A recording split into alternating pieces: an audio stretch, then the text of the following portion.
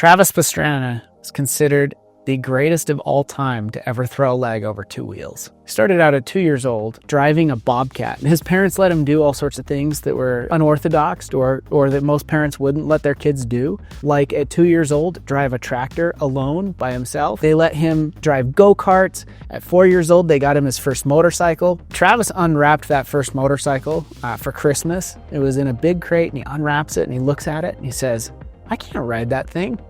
Which is insane when you know his story. Family started to rally around him and help him ride dirt bikes because they could tell that he had a natural talent. He got quite good at a young age. In order to help Travis with his racing career, his parents had to take out a second mortgage and then eventually a third. Things got so expensive because racing is an expensive sport. His family ended up coming around, and his aunts and his uncles and everybody started contributing just to keep him on the racetrack. They had one philosophy through all of this, though. It wasn't that he had to win. There's a lot of pressure on kids to win at that age, but it was just you can't quit.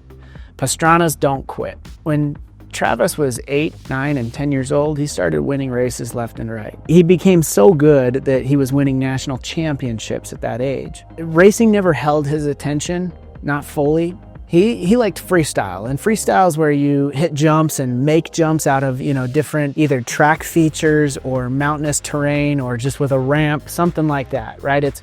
It's called freestyle for a reason, and it's very free. There's no system to it. Well, Travis, he liked to jump all sorts of crazy jumps and things like that were considered dumb, I guess, in the racing world because there's a high probability of getting injured. And when Travis was 14 years old, mind you, he's won multiple national championships in racing at this point, he got the offer to ride for a freestyle film where they would film him doing crazy jumps and crazy stuff, put that out on VHS back then. That would kind of be akin to like Michael Jordan joining the Globetrotters, right? Racing was the NBA, and it was this very structured kind of environment where you win races, you get paid, there's a lot of money in it, there's a lot of pressure, but freestyle was just a bunch of party kids drinking beers and jumping stuff, right? Well, Travis was attracted to the freestyle end of things. So he started at 14 years old doing freestyle in these movies. At the time, Suzuki was really upset with him because they sponsored him for racing, and they did not want him jumping jumps because he could crash. There's a high probability of getting injured, and they knew that. So they didn't want him out there doing it. Once Travis was immersed in freestyle, he won every competition for 6 years straight, even though he had 18 broken bones and I believe it was 8 surgeries within 4-year span of time, starting in 1998 when he started freestyling. One of the jumps that he had hit was a 100-foot gap inside of a stadium. It was going to be for a competition. He was practicing. He came up short. He cased it, as you say, but he came up short, hit the landing, and it took him from about 60 miles an hour to a dead stop immediately. And he fractured his spine. As a matter of fact, his whole spine moved down into his pelvic floor, and it almost killed him. 6 months after the accident, Travis is entering the next competition, ready and willing to win it. Against his mom's advice, against the doctors. I mean, mind you, the doctors literally had to screw his pelvic floor and his spine back together with 2 giant screws. They were titanium screws that held everything together, and he still went out there and won the competition. I want you to imagine what that would feel like. Think about jumping back on your dirt bike after it almost killed you 6 months earlier and being ready and willing to compete again.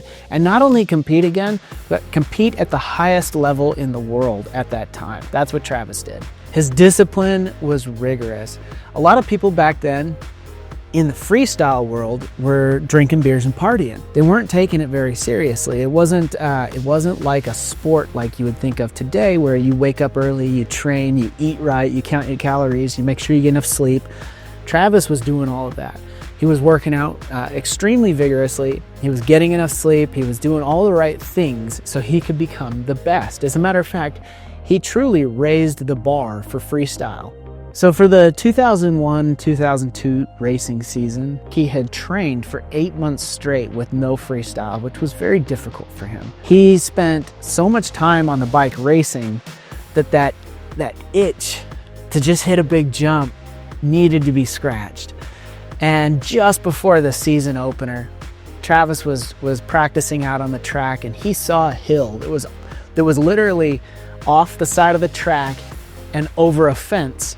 So he was going to jump it to quite literally be out of bounds. He knew it would be a fifth gear jump, basically as fast as the bike would go. Well, Travis's dad said, "Travis, you better not hit that jump. You got $1 million racing contract right now. You've got so much on the line, and that jump, there's nothing, if you complete it, there's no benefit. There's nothing for it." Well, Travis's dad was smart, and he could tell that Travis had that look in his eye, that he was gonna hit it. So Travis's dad, Robert, went around back with the bulldozer to build a big jump that would be safe for Travis to hit. Something to just scratch that itch. So this little kid comes and tells Travis's dad, Robert, that Travis hit the big jump that he wasn't supposed to hit. Robert, his dad, goes running towards Travis, realizes that he did in fact hit the jump. He can see him all mangled up there on the hill. And this thing is 200 feet over the fence, right? As fast as the dirt bike will go. Travis has blown out both of his knees, broken multiple bones, and with it went his $1 million racing contract. His dad was so angry at him because it was literally $1 million jump. This was the beginning of a very difficult era for Travis, because you got to imagine, if you spend your whole life racing, but you want to hit big jumps, you finally do it. Your whole family is riding on this, by the way. I mean, his family's mortgaged their houses and come out of savings accounts and done everything that they can possibly do to keep him racing. He finally lands a big contract, and then he goes and hits a big jump and blows it all. But on top of that, he had months of recovery ahead of him before he could get walking again, and let alone get back on the bike. On top of this, the strain on his parents' marriage and the family was starting to implode, and his parents went through a divorce. Travis actually became anemic. He got parvo, which is a dog virus. He also got Epstein-Barr. He was bedridden for months. Travis makes it through this difficult time almost to the other side, and he jumps in a Corvette with his friend Matt Bigos, and they're going 140 miles an hour when Travis loses control at the wheel, smacks into a tree, paralyzing Matt Bigos from the chest down. Travis walked away with relatively minor injuries from that accident, but Matt spent the next 6 months recovering in the hospital, and then spent years trying to learn how to walk again, and then eventually ride a bicycle. And he's got quite the story. It's a story that I'll tell eventually on Good Vibrations, because it is an incredible story against all odds. But this really mentally set Travis back, knowing that one of his friends almost died because of him. So the thing that really helped Travis get out of the depression that he was experiencing throughout this difficult time was he created Nitro Circus. It's where a whole bunch of guys come together and do freestyle for a show. They would travel around to arena or outdoor rodeo stadiums, and they would do it wherever anybody would let them or pay them.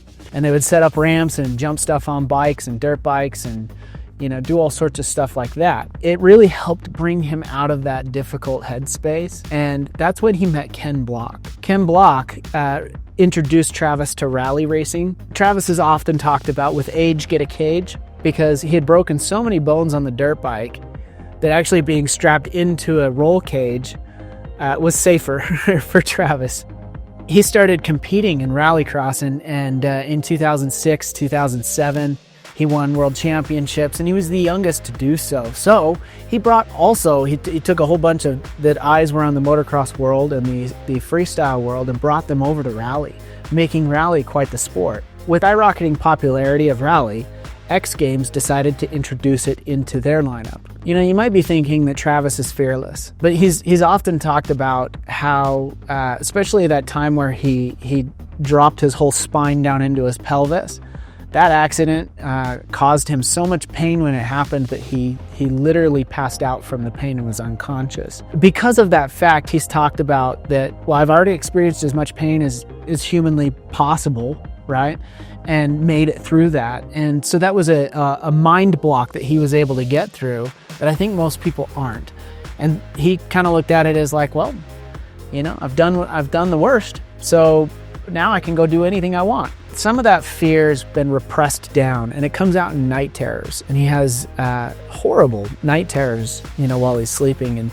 And everybody that you know, friends and family that know him really well know that this is a thing, because it'll wake them all up, and you know, he'll be screaming, and it sounds pretty horrifying. But for whatever reason, he's got an average body, but he doesn't have an average brain. He's able to repress that fear and then do whatever crazy thing it is and accomplish it under the stress and the fear that most people would normally be experiencing. His career highlights are pretty long, but he's got 17 X Games gold medals. He's won 2 World Rally Car Racing Championships. He's got multiple world records in freestyle motocross, in truck racing, in rally, in base jumping, and skydiving. I didn't even get into it, but you know, he's been skydiving without a parachute. He's produced 5 movies. One of them actually spawned on a reality TV show, and that was called Nitro Circus. And then he's also got the Nitro Circus World Tour, where they go around the world showcasing their talent. He's really considered one of the biggest icons in action sports history. I would consider him